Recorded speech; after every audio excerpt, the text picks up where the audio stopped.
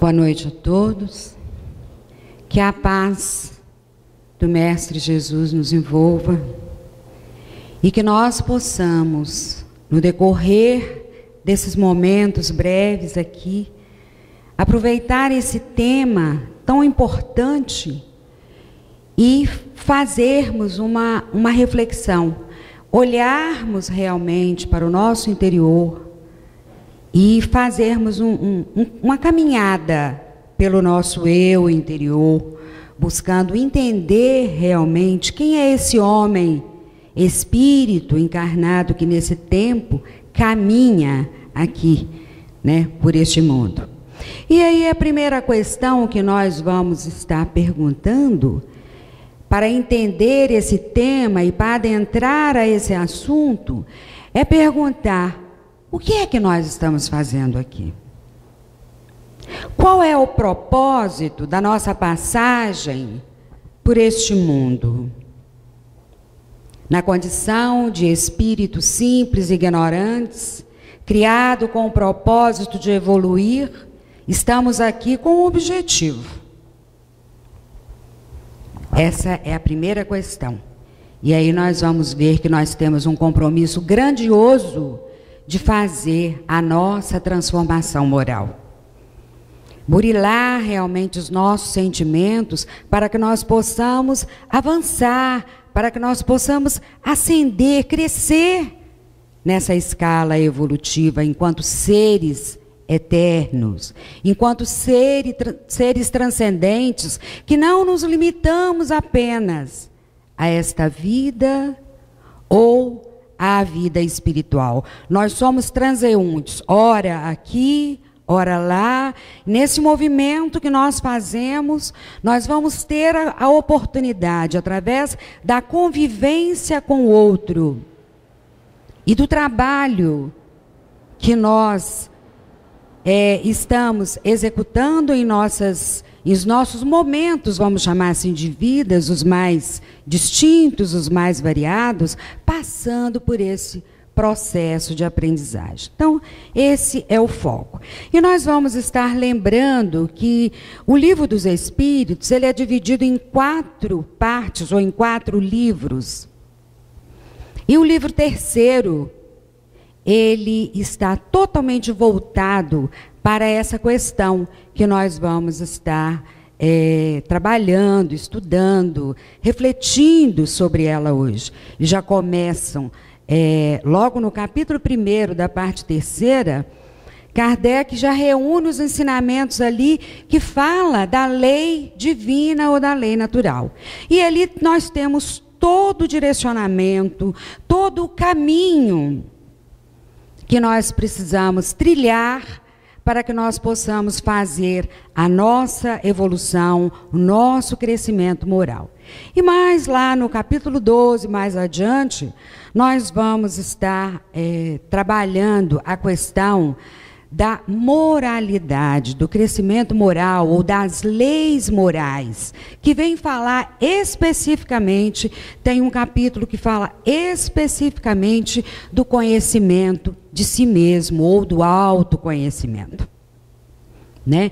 Então vamos observar que esse tema, esse assunto, ele não é um assunto de domínio do campo da psicologia exclusivamente, né? No que se refere à ciência, porque Jesus já o trouxe para nós. E, através da doutrina espírita, nós vamos encontrar lá na fala de Santo Agostinho, que a fala não se inicia ali, né, essa recomendação de que nós nos estudássemos, que nós procurássemos desvendar esse eu interno, para que nós pudéssemos superar as nossas más tendências, as nossas más inclinações, as nossas limitações, as nossas dificuldades, né, do dia a dia. Então, aí nós colocamos aqui para estar chamando a nossa atenção essa face, né, querendo que isso aí remeta ao nosso eu, mas essa face já mais desfigurada, vamos chamar assim, descaracterizada, para nós estarmos nos remetendo a ela e perguntando, realmente, quem sou eu? E aí nós já vamos entrar logo na questão 919 dos Livros dos Espíritos, quando Kardec pergunta, qual é o meio prático mais eficiente que o homem tem de se melhorar nesta vida e de resistir aos arrastamentos do mal? E olha a pergunta que vem, que ela engloba todo essa parte do Livro dos Espíritos, que trata do homem de bem, que ele diz, um sábio da antiguidade vos disse, conhece-te a ti mesmo. E aí fica aquela pergunta, né? Eu me conheço? Eu sei realmente como eu vou agir, como eu vou reagir diante das situações do cotidiano, nos momentos em que o outro não não tem um entendimento maior com as minhas deficiências, em que eu olho o outro e não o enxergo como semelhante, em que me falta a tolerância e a capacidade de perdoar. Então, eu conheço realmente, eu me conheço, eu sei do que sou capaz diante de um ato de agressividade, de um ato, vamos dizer assim, de falta de amor do outro para comigo e de mim para com o outro. Então, essa questão ela tem que estar permeando aí os nossos questionamentos mais íntimos para que nós possamos olhar realmente para isso e trazer, jogando luz sobre essas respostas que nós temos. Essas respostas, na maioria das vezes, nós não queremos lidar com elas. Então, o capítulo hoje, o estudo hoje, ele nos favorece essa questão. E essa questão, ela foi levantada dentro dos registros históricos, assim, não nasceu aí, mas ela já foi levantada por Sócrates, né? Desde a sua época, um filósofo precursor realmente dessas ideias platônicas, dessas ideias concebidas e trabalhadas pelo Mestre Jesus, ele diz, conhece-te a ti mesmo e conhecerá o universo e os deuses. Ó, que coisa interessante. Então, se nós somos deuses, né? Como Jesus assegurou para nós, vós sois deuses. Quer dizer isso, que nós somos perfeitos? Nós realmente temos essa capacidade? Obviamente que não. Mas nós temos um conjunto de potencialidades, de possibilidades a ser desenvolvida, a ser trabalhada, que isso nos torna realmente seres capazes de superar um conjunto de dificuldades que nós ainda nos sentimos amarrados. Nós nos debatemos com elas no dia a dia e apresentamos ainda tanta dificuldade. E carregamos esses fardos dolorosos por nossas vidas, quadros aflitivos, esquecendo das leis divinas. Esquecendo, por exemplo, que nós somos regidos pela lei de ação e de reação, pela lei de justiça, de amor e de caridade. Que aquilo que nós fizermos ao outro tem ressonância em nós, que nós somos, por exemplo, energia. E que nós interagimos uns com os outros e conosco mesmo através dessa possibilidade energética. E não tão somente de uma possibilidade material. E aí, vem a Joana de Ângeles, através do Divaldo, olha o que ela traz para nós nesse livro, O Ser Consciente, que, aliás, eu não terminei nem de ler, mas já estou recomendando, viu? Tem ele aqui, eu peguei ele aqui na semana passada, O Ser Consciente, daquela série, né, de estudos psicológicos da Joana de Ângeles. Ele diz assim, as diversas enfermidades e as variadas frustrações que se radicam no ego tem uma historiografia muito larga, transcendendo a existência atual, remontando ao passado espiritual do ser. Então aqui nós já vamos entender, e a doutrina espírita deixa isso muito claro para nós, que nós não somos um corpo. Olha a diferença. Nós não somos um corpo dotado de espírito. Nós somos um espírito temporariamente acrisolado ou abrigado ou comprimido em um corpo. Gente, quando a gente olha sob essa perspectiva, a coisa muda muito. Quando eu olho e digo assim, não, eu sou a Mariuse, eu tenho um espírito. Mas não é esse o foco. A questão, eu sou um espírito e estou em um corpo material, exercendo esse papel, cumprindo essa missão neste tempo presente. Então, é isso que o Divaldo, ou que a Joana de Ângeles, através do Divaldo, vem trazer para nós. Nós somos seres eternos, transcendentes, que já tivemos várias vidas, né? E vidas que estão em nós. Elas estão gravadas em nosso perispírito. Elas fazem parte de nós.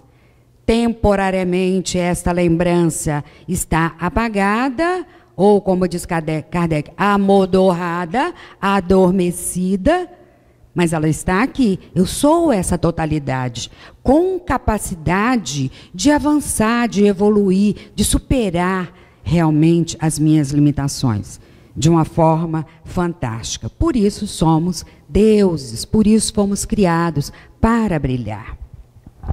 E aí nós vamos estar, então, refletindo um pouquinho sobre autoconhecimento. O que é, então, autoconhecimento? Como é que eu vou lidar dentro daquilo que Santo Agostinho preconizava para nós? Que dizia para nós assim, ó, ao final de cada noite, de cada dia, se você quer realmente se conhecer, ao final de cada dia, interrogue a sua consciência sobre o que aconteceu durante o dia.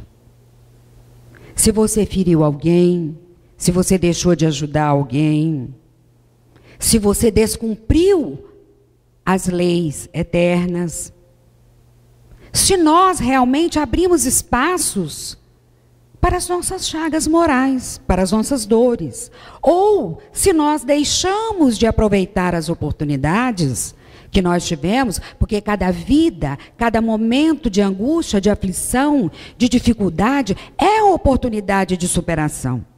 Como é que eu aproveitei essas oportunidades?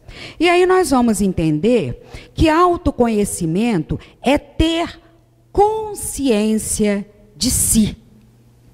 É saber quem eu sou, que eu tenho uma existência presente, mas que eu sou um espírito eterno.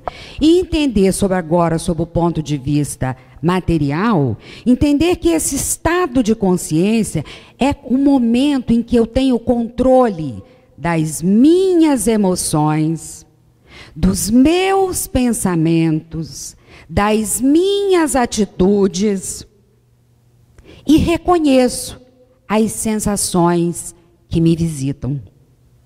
Olha quanta coisa.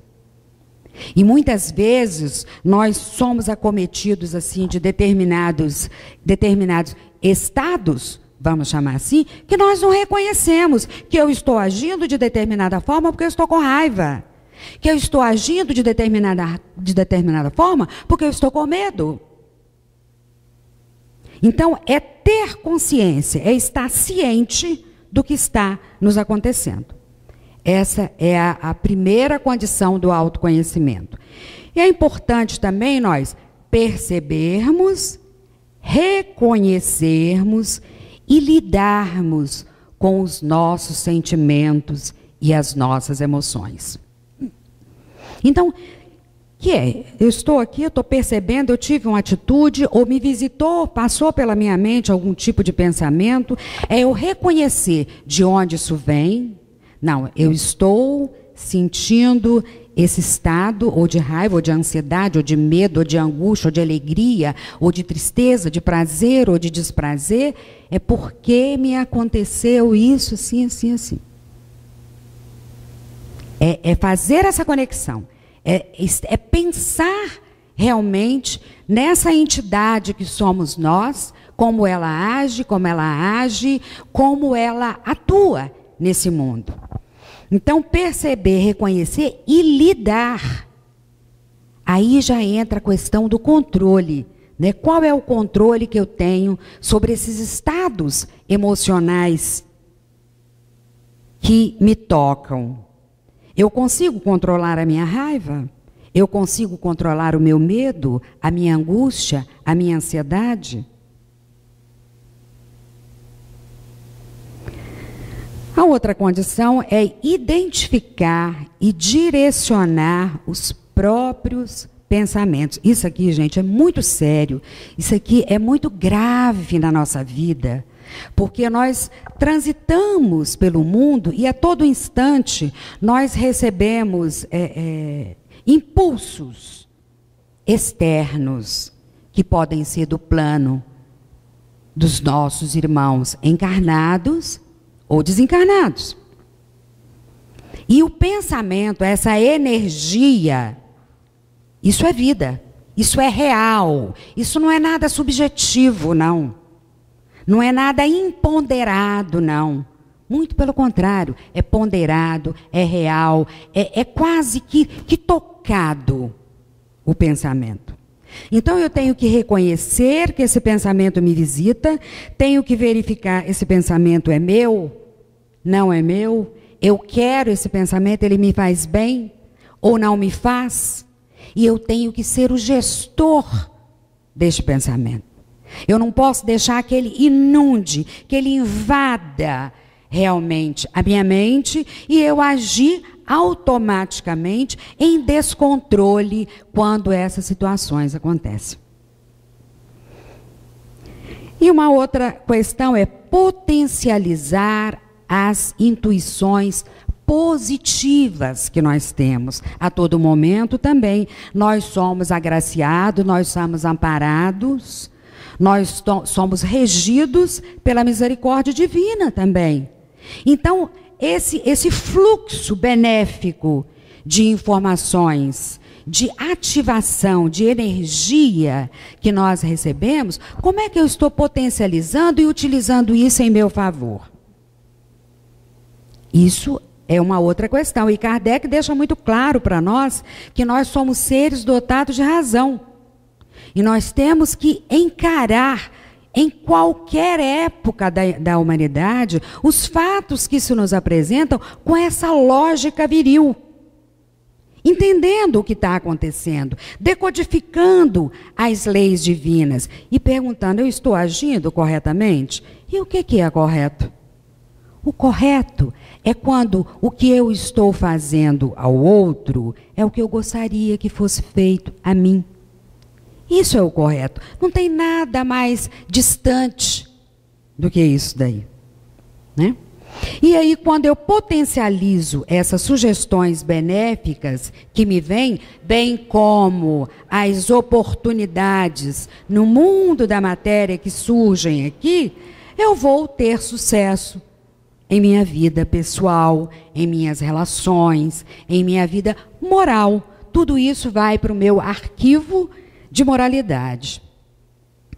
E eu tenho que me aceitar como sou. Pessoas com as minhas deficiências, com as minhas dificuldades, com os meus méritos, né? Porque nós somos seres ainda imperfeitos, mas já fazendo um esforço grande, um esforço valioso, valoroso, no sentido de superar as nossas imperfeições. E não podemos esquecer, como seres transcendentes que somos, que muitas vezes nós estamos aqui hoje movidos, motivados, sugestionados por situações vivenciadas lá em vidas passadas, em outras vidas, que não está muito clara para nós. Nós não temos muita clareza do que está acontecendo. Mas a sensação, a emoção e a lógica da razão que nos diz por onde caminhar, Esses são os recursos que eu tenho que pegar e utilizar em meu favor. Sem contar que nós já sabemos, né, que a doutrina espírita sinaliza para nós a prece como um recurso extremamente valioso para clarificar essas nossas ideias, para nos fortalecer, para nos energizar, para nos aproximar cada vez mais das energias benfeitoras, das energias benfazejas, que estão aí disponíveis também no universo. Basta que nós nos conectemos a elas. E, finalmente, aqui dentro do que eu listei, isso não é uma regra, são algumas coisas que nós listamos, viver e conviver em harmonia. Observe que nós colocamos viver, sou eu dentro do universo, como um cidadão do mundo. Conviver é a minha relação com o outro, porque nós não vivemos sozinhos, nós somos seres de relação.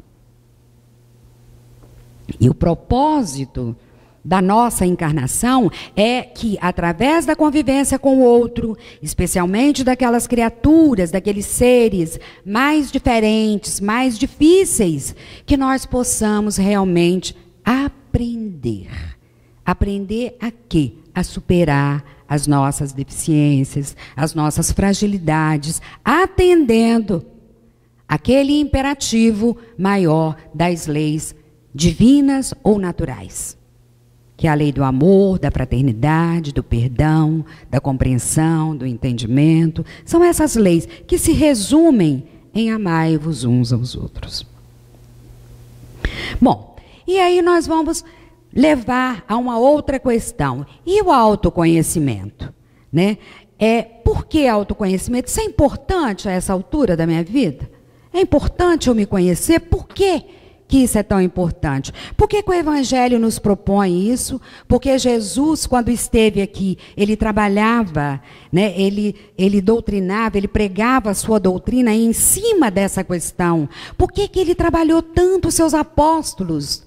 No sentido de que os seus apóstolos identificassem as suas dificuldades, as suas mazelas e os seus créditos também, né? Por quê? Por causa disso aqui, ó. Porque o autoconhecimento, ele fortalece a nossa autoestima. A partir do momento que nós nos conhecemos melhor, eu vou entender que eu sou um ser com algumas dificuldades, porque eu sou um espírito ainda imperfeito, mas que eu fiz um progresso muito grande e que eu tenho um rol de habilidades, de virtudes que estão sendo desveladas, que estão sendo conquistadas, que eu estou trabalhando no sentido de me tornar realmente um ser mais virtuoso. Eu tenho hoje um ensaio de virtude, né? Eu estou trabalhando, a nossa transformação ainda não se deu, mas nós não podemos, é isso que nós estamos fazendo aqui, só isso. Nós não viemos a esse mundo por outra razão, a não ser para nos tornarmos seres virtuosos, ou mais virtuosos. Agora, em que tempo eu vou dar conta disso? Obviamente que em uma encarnação, 2, 3, 4, é impossível. Mas, obviamente, também que eu não posso deixar de fazer o dever de casa hoje. Porque a oportunidade que se me apresenta de conviver com aquela pessoa, de visualizar aquela situação que me desagrada, de passar por um determinado conflito, por uma determinada dor, essa oportunidade é a oportunidade presente. Porque quando eu retornar, a situação, o cenário já será outro, em condições muito variadas. E se eu trabalho hoje nessa perspectiva de ascensão, de não estacionar, mas de evoluir e evoluir cada vez mais rápido, eu estou também me habilitando a viver em um mundo menos doloroso, com menos dor. Porque qual é o anseio primeiro de todo ser humano? O que todos nós, a humanidade inteira, o que todos nós desejamos? O que você deseja? O que você deseja? Paz, felicidade. Só isso que nós queremos. É felicidade. A gente pode perguntar assim, o que você deseja na vida? Ah, eu desejo comprar uma casa.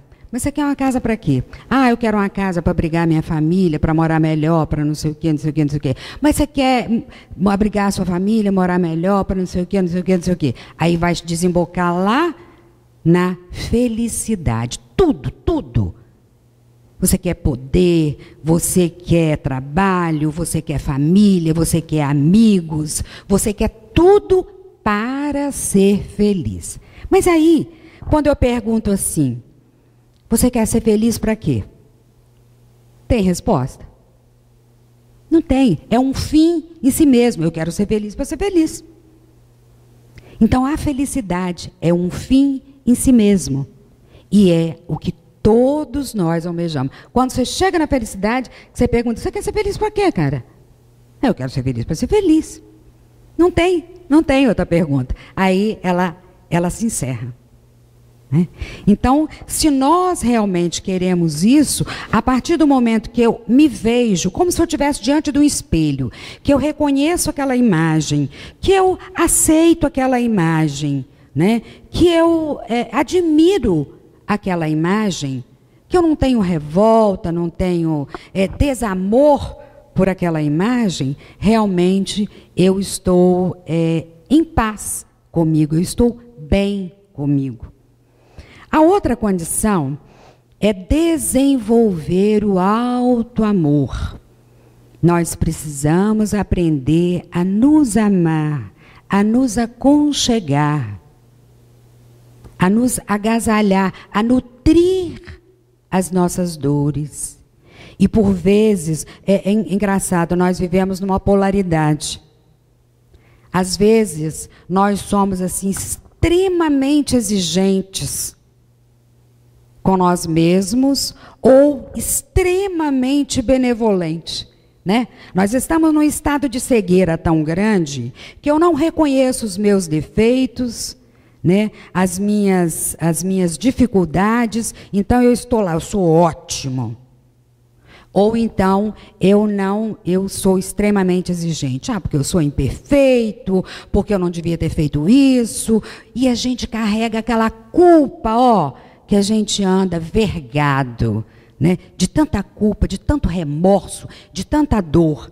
Aí é a hora do amor, do auto-amor, do auto-perdão.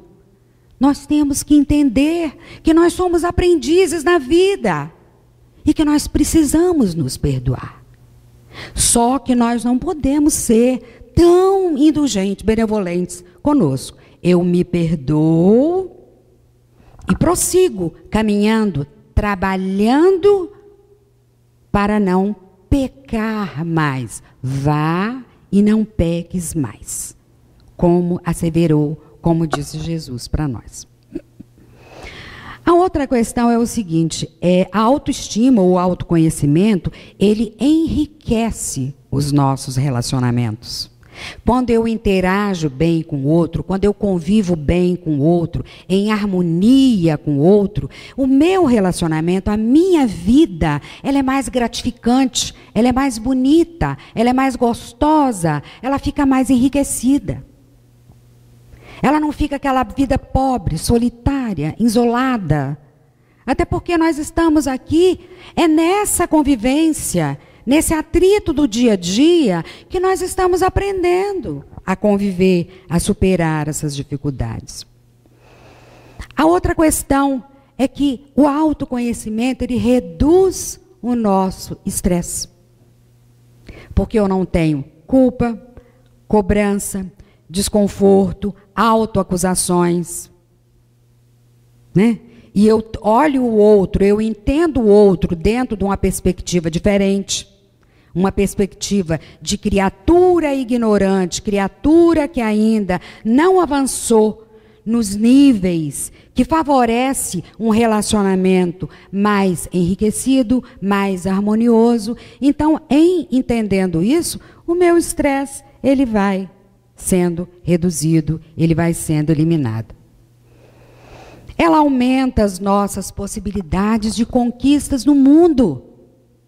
Aliás, isso é até uma exigência do mercado de trabalho hoje, né? Das relações profissionais, né? Uma das habilidades, né, requeridas pelo mercado é que a pessoa tenha um bom equilíbrio emocional ou uma boa autoestima, que seja uma pessoa que tenha uma boa autovisão, uma pessoa que dialogue consigo mesma.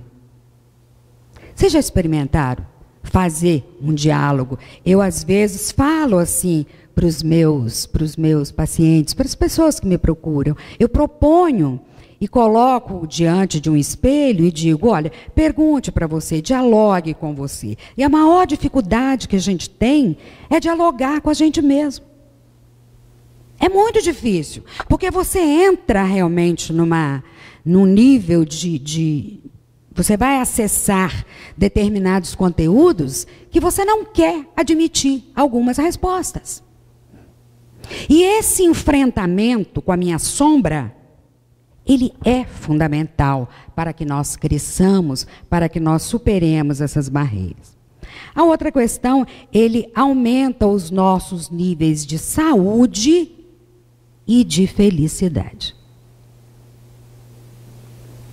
A maior parte dos distúrbios psíquicos que acontece com a criatura, eles são responsáveis pela sua condição de doença, entre aspas.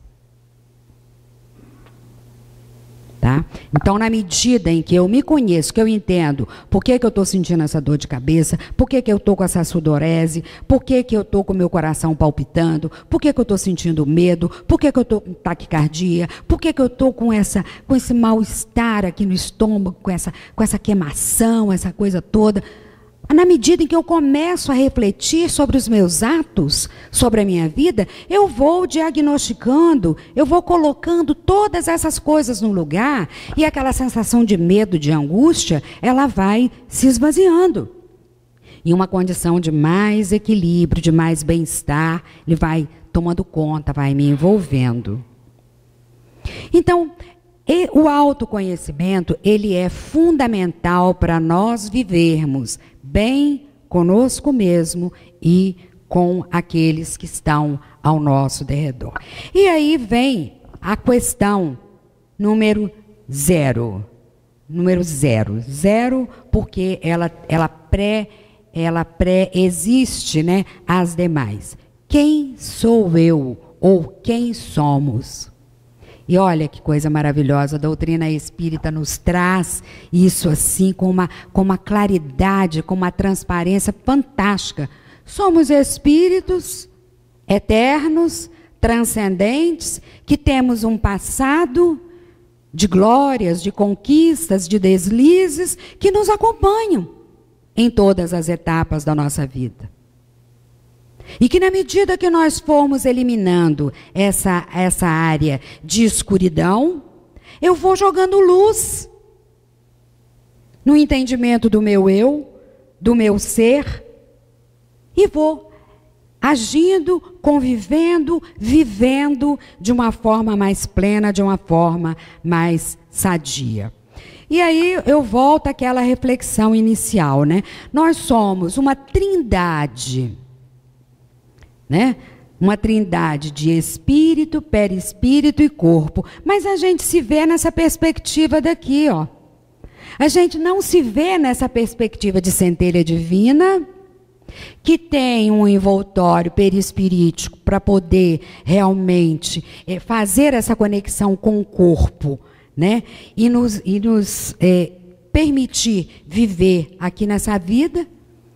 Nós fazemos essa leitura diferenciada. Então, é de lá que eu tenho que começar. Eu sou uma centelha divina que estou aqui nesse corpo. E esse corpo vai perecer com 60, 70, 80 anos. Todos nós vamos perecer e vamos retornar ao mundo espiritual.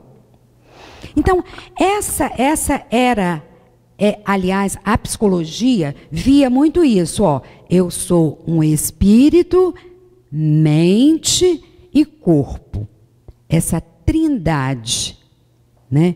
E a gente parte agora para uma dualidade. Eu sou um espírito transcendente, que posso estar em estados diferentes, dependendo do momento que eu estou vivendo. E aí a gente chega nessa situação do quem sou ou quem somos, né? Nós vamos entender então que nós temos um lado sombra. E esse lado sombra, ele é um termo, né, utilizado na psicologia, ele define o nosso lado oculto, os nossos defeitos, os nossos medos, os nossos complexos, aquilo que nós acreditamos ser feio e que nós escondemos ou negamos. Ou seja, a sociedade que nos envolve não reconhece ou não aceita. Então nós colocamos uma máscara e vamos atender ao imperativo da sociedade. Bom, agora eu estou indo para o trabalho, então vou lá. Eu acho que foi o Fabiano que falou isso aqui uma época. Eu tenho um cabide de máscara. E é isso mesmo, em cada momento da nossa vida, a gente vai usar uma máscara compatível com aquelas exigências externas que estão sendo feitas. Agora eu vou trabalhar, então vou botar essa máscara aqui. É a máscara da educação, é a máscara do entendimento, é a máscara da tolerância. Ou então eu vou para uma reunião muito difícil, eu boto outra máscara. Aí eu boto a máscara da defesa para que o ataque não me consuma. Aí tudo que alguém fala, você já entra se defendendo. Ó, que coisa interessante isso, né? Aí a pessoa nem falou, você vai todo armado, você vai com um exército de munição do seu lado, né? Para você poder se defender, né? Porque existe ali um ataque, vamos dizer assim, subjetivo, que a gente não quer viver aquela realidade. E nós temos também o nosso lado claro, né? Que é aquele lado das nossas, que nós aceitamos, que a cultura que nos rodeia, que a família, os amigos, a sociedade em geral aceita. Então, normalmente, nós mostramos para o outro esse lado aqui. Aquele lado lá, ele fica nas profundezas do nosso inconsciente. E se nós formos olhar a estrutura psíquica do sujeito, vamos imaginar aí que ele seja 100%. Esse lado sombrio, ele ocupa 93% da memória, da história do indivíduo. Esse lado aqui, ele varia entre 5% a 7% da memória do sujeito.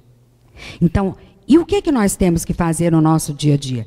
É tirar o que está lá na profundeza e trazer para a luz e lidar com isso. Reconhecer, compreender, aceitar e lidar com essa realidade que sou eu. Na genealogia do espírito, ao longo das suas múltiplas, das suas várias encarnações. Né?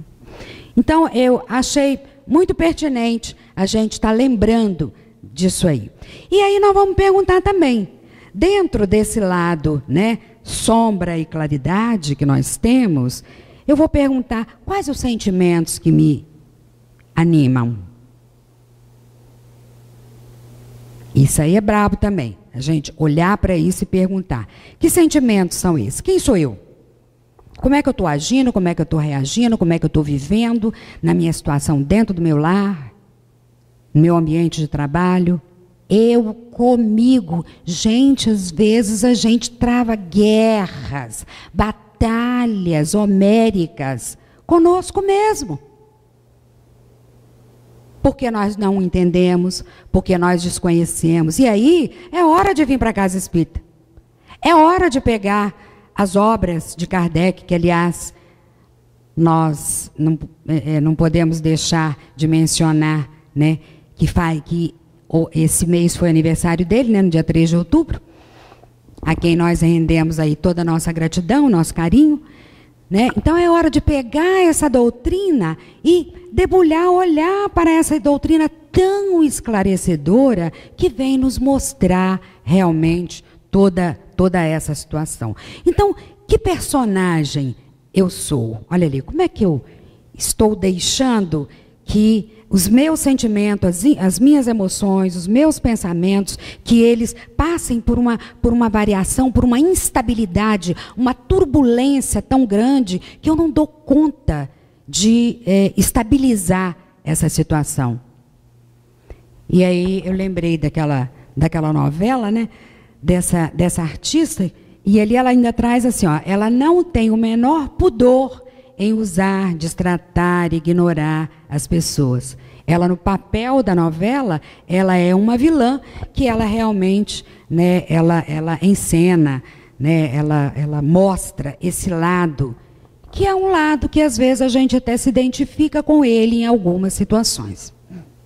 É claro que, com certeza, nós não vivemos isso na totalidade do nosso tempo. Com certeza. Nós já não vivemos, nós não somos tão embrutecidos assim, graças a Deus, né? Mas, às vezes, isso aí não é tão distante de nós. A gente vê muitas criaturas agindo assim, e às vezes nós também. Somos tomados quando nós somos desafiados, quando a nossa autoridade é colocada à prova. Nossa Senhora, não fala isso não. Não mexe com a minha autoridade, não. Quando ela é colocada à prova, eu viro um sirizinho na lata e faço um esforço grande, para poder domar essa inclinação perversa, que é um sinal, é um sintoma da inferioridade do espírito. Né? Aí, qual é a minha face? E a gente fica realmente nessa confusão, né, de quem sou eu. Para onde que eu vou? Para lá ou para cá? Eu vou adotar isso ou aquilo? E se eu não tiver um senso racional que me conduza, se eu não tiver uma base, né, doutrinária muito boa, eu vou ficar oscilando aí, ainda mais nesse momento que nós vivemos tantos conflitos, tantas dificuldades. Né? Como é que eu estou? Boto máscara, tiro máscara, né? E vou ficar nesse exercício infrutífero que não me transforma. Enquanto eu estiver usando o recurso das máscaras, eu não vou me transformar. Eu só vou me transformar no momento em que eu olhar para a minha deformidade e aposentar a máscara. Disser, não, eu não vou usar, não. Eu vou enfrentar a mim mesma. Porque para o nosso crescimento, para a nossa superação moral, o inimigo maior que nós enfrentamos, o Evangelho nos diz isso com toda clareza, é a nós mesmos, com as nossas deformidades internas. E nós podemos ter também esse estado de simplicidade, esse estado de ternura, né? Esse estado de mansuetude, né? Que afinal, qual é o estado predominante, né, nos vários momentos da minha vida que eu estou me levando, ou que eu estou agindo e reagindo com essa força maior, com essa emoção que vem e que me conduz? Então, perguntar qual é o sentimento que me anima, que me motiva, que me move, que me conduz, é muito importante para nós alcançarmos esse autoentendimento. E nós temos que fazer a nossa perfeição moral, não tem jeito. Nós temos que fazer, quer queiramos ou não, nós fomos criados para brilhar. E nós precisamos fazer. E o quanto mais esforço nós empreendermos para que essa transformação se dê, mais cedo nós vamos encontrar com a paz, com a felicidade tão almejada. Nós olhamos para esse mundo, eu sempre digo, né? Esse mundo de tanta falta de paz, de falta de entendimento, de desamor ao nosso lado, e a gente olha assim, às vezes a gente fica tão triste, tão tocado, que a gente pergunta, meu Deus, até quando? Mas aí a gente tem que perguntar, qual é a minha parcela de responsabilidade nesse processo? O que é que eu posso fazer no sentido de ajudar para que eu me transforme e para que aquelas pessoas que estão caminhando ao meu lado possam se ver refletida nas minhas atitudes e se espelhar em mim. Porque nós somos espelhos de todas as criaturas. E a nossa imagem, através dos nossos gestos, dos nossos atos, ela se reflete, né? O processo de educação da criança, ele se dá mais, Kardec é muito claro, como grande pedagogo que foi, ele é muito claro em dizer isso, se dá mais pelo exemplo que se prega do que pela palavra, né, que se dita ou que se dirige à criança. E aí ele vem dizer para nós, mais uma vez, Kardec vem dizer para nós o seguinte, que a virtude, toda vez que há resistência voluntária ao arrastamento das más tendências. Então, a virtude, a transformação, isso aí é levado em conta para a nossa evolução, para o nosso desenvolvimento. E mais adiante ele diz assim, se aprovesse a Deus chamar neste momento, entrando no mundo dos espíritos, onde nada é oculto, eu teria o que temer diante de alguém?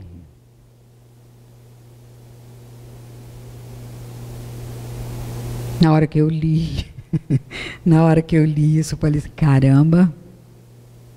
Aí eu comecei, 1, 2, 3, 4, 5.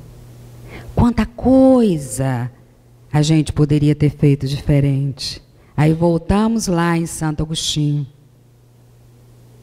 Era só um tiquinho de tempo deixar o Zap para lá, deixar o Facebook para lá, durante 15 minutos. 15 minutos se parar para uma meditação e perguntar, como é que está a minha respiração? O que a minha respiração está dizendo? Se ela estiver ofegante, se ela estiver cansada, se ela estiver descompassada, ela está dizendo para mim que as coisas não estão bem. E aí eu vou olhar para fora. O que eu fiz no dia de hoje? E a nossa consciência, ela é nossa amiga e companheira assertiva, que não nos deixa enganar. Ela vai pontuando para nós. E nós, de posse desse rol, né, de questões, no dia seguinte, diante das outras oportunidades, vão tentar fazer diferente, vão tentar mudar, vão utilizar o recurso da prece, vão pedir ajuda aos nossos guias espirituais, vão ir lá para a casa espírita, fazer o passe, vão estudar, para que nós possamos realmente estar em condições de nos transformar. Aquele que tem vontade séria de se melhorar, explore, pois, sua consciência a fim de arrancar dela as más tendências como as más ervas do seu jardim. E olha, eu não sei se aqui todo mundo gosta de um jardim, mas eu sou apaixonada por um jardim, eu faço jardim, eu capino, eu cuido de terra, eu planto muito. Então me incomoda quando eu chego lá na plantinha, que eu olho no meio daquela plantinha, estão as ervas daninhas ali. Então eu quero lá cuidar daquele jardim, porque aquilo ali é uma expressão divina. A erva tem o lugar dela, que naquele momento não é ali. Ali é um culto ao belo, um culto ao divino, que eu vou extrair aquela erva daninha ali para dar mais beleza, mais plenitude. E é essa beleza que nós precisamos cultivar em nossos corações, dentro de nós. Então, lembrando aí, o processo de mudança que nós podemos seguir, ele passa por 4 fases. Na primeira fase, ou na fase número 1, nós ainda ignoramos as nossas más tendências.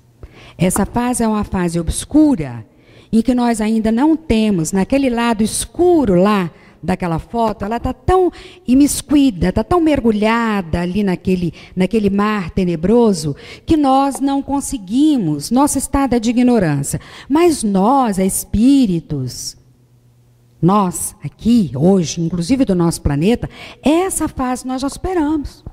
Nós já podemos dizer que nós vencemos. Porque nós não estamos nesse estado. Esse é o estado primeiro. Nós já saímos dessa fase. Aí vem a fase da percepção, que é a fase que nós estamos nela. Perceber os nossos sentimentos, as nossas emoções, as nossas vibrações, as energias que eu estou emitindo, que eu estou recebendo. Percebo, entendo, sinto. Ai, é um mal-estar. Ai, é uma alegria. Ai, eu vou perceber tudo isso que está me envolvendo e vou estar, então, lidando com essa questão. Depois eu entro na fase da compreensão. Essa compreensão que a doutrina espírita me favorece. Eu percebo sensação, emoção, sentimento, pensamento.